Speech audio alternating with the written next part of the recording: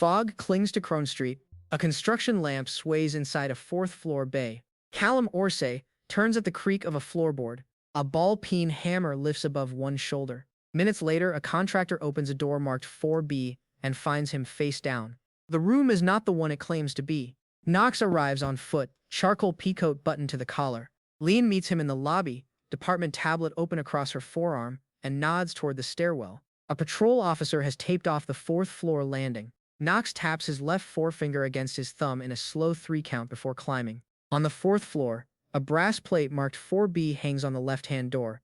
Inside, Callum lies on polished concrete near the bay window. His clipboard sits pinned open beside his outstretched hand. The page reads Unit 4A egress non-conforming, a margin note flagging the doorplate renumbering. Nox turns his watch face out. In the Ashvale PD morgue, Dr. Iona Hale slides the drawer out and pauses.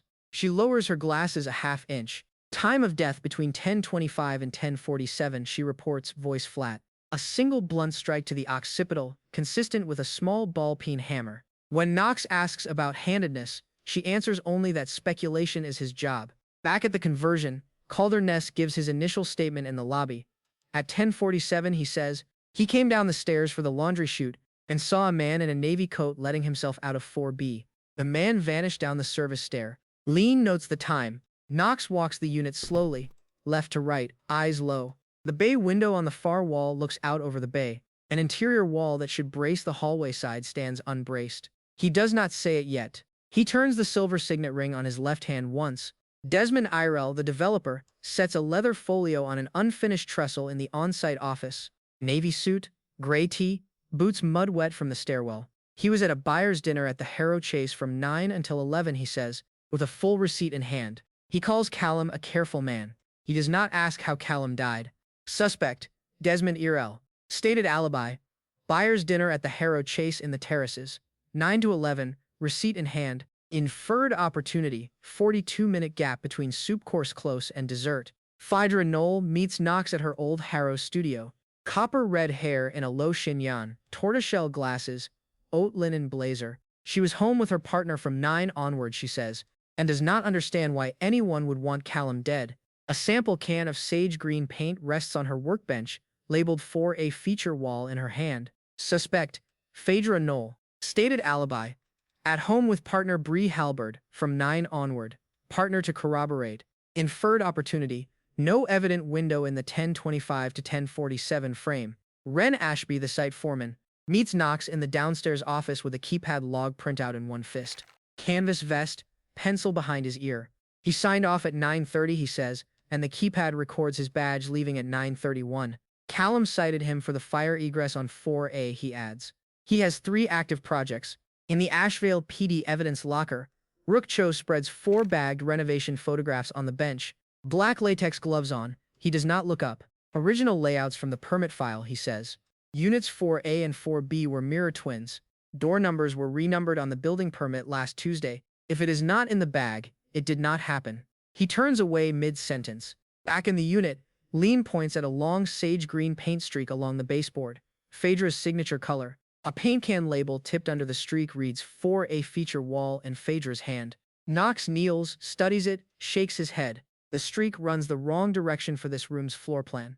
Nox runs his palm along the east wall in one slow pass. A clean rectangle of dust, 30 inches across, sits in the middle of a fine eggshell layer. The boundary is sharp. A mirror hung here, he says, and came off inside the last 48 hours. The mirror is not on this unit's architect plan. Nox walks back to the unit's door. The light switch is mounted on the left inside the threshold. He taps his forefinger against his thumb once. In every other fourth-floor unit of this conversion, the switch sits on the right. He turns his watch face out on his wrist. Nox crosses to the bay window. He breathes on the right pane, then the left. A pale condensation ghost blooms on the right pane and fades. The left pane shows nothing. It remains warm to the touch. Sunset landed at 6:10. A pane still holding the day's heat faces west. Unit 4B's plan faces east. The room he stands in, he concludes, is not 4B at all. The pulley clicks.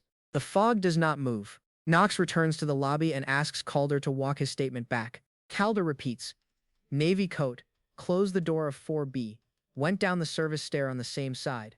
Nox nods. The service stair sits physically on the 4A side of the landing, not the 4B side. Calder hesitates. The hesitation sits between them. In a faded amber tint, Calder's memory of 1047 replays. He stood on the landing, a navy coat at a door marked 4B. The man turned the handle with a gloved left hand. The door closed. The memory holds too steadily. The lens lingers on the gloved hand. Nox unscrews the 4B brass plate off the left-hand door and holds it under the landing light. The 4 brass screws show bright metal scratches in their heads. A matching 4A plate from down the hall, unscrewed earlier by a uniform, shows the same pattern. Both plates were refit within the last 7 days. At Calder's kitchen table in Unit 5C, Nox asks to walk the service stair together in the morning. Calder agrees and, without being asked, adds that his own rent has been under review since Callum filed a subletting report last month. He says it the way a man declares a debt he has not yet paid. Minutes don't lie. People do. In the precinct, Nox pins the 4 bagged renovation photographs across a corkboard and tapes a pencil sketch of the 4th floor landing beneath. Leen stands behind him, coffee warming her palms. He draws a clean arrow from the 4B door plate to the 4A floor plan, and from the 4A plate to the 4B plan. Nox walks Leen through the 22-minute window. Callum entered 4A at 10:25. Desmond met him at the doorway at 10:28. The strike landed at 10:32. Desmond unscrewed both brass plates and swapped them between 10:35 and 10:42. At 10:47, he left the renumbered 4B via the service stair. The false alibi entry pulses red on the timeline. Leen pulls the Harrow Chase maitre d's statement onto her tablet. Desmond claimed consomme at 10:40. The kitchen closed the soup course at 10:15. Desmond sat for first course at 9 and final course at 11. The middle 42 minutes are empty. The maitre d's signature anchors the bottom of the slip. Nox lays the 3 tells in a row. Dust ring on the east wall, mirror position from 4A, light switch on the left, wall build from 4A, west pane residual warmth on the bay, exposure from 4A. He circles the 3 in red. Leen concludes the body is in 4A. Nox answers. Desmond told the room to be 4B. Nox walks the suspects down. Phaedra Knoll was home with her partner. Her paint streak moved with the plate swap, not with her. Ren Ashby badged off at 9:31. Calder Ness saw the navy coat honestly, through a renumbered door. Desmond Irel killed Callum inside 4A at 10:32, swapped the plates, and walked out of a door marked 4B at 10:47. A red circle tightens on Desmond. Nox and Leen find Desmond in the on-site office, pouring a glass of whiskey he does not drink. Nox sets the unscrewed 4B brass plate flat on the trestle between them. Desmond's hand closes around the folio. Leen moves 1 step toward the door. Desmond bolts for the 4th floor. He takes the stairwell in a sprint, hits the landing hard, and throws his shoulder at the left-hand door, the one his own plate swap marked 4A.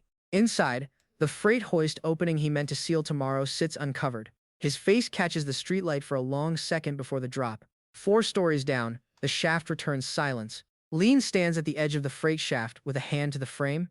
Nox looks at the brass plate in his palm. At the number 4A stamped into its back where the spare plate from the permit file lines up perfectly. He turns the silver signet ring on his left hand. The building goes quiet around them. Nox sits alone at the open bay window an hour before dawn. Fog off the bay thins into gray, and a single street lamp holds its last amber. He turns the brass 4B plate once in his left palm, then again, not looking at it. 4 clean screws sit in their cap holes. His watch ticks a quiet second.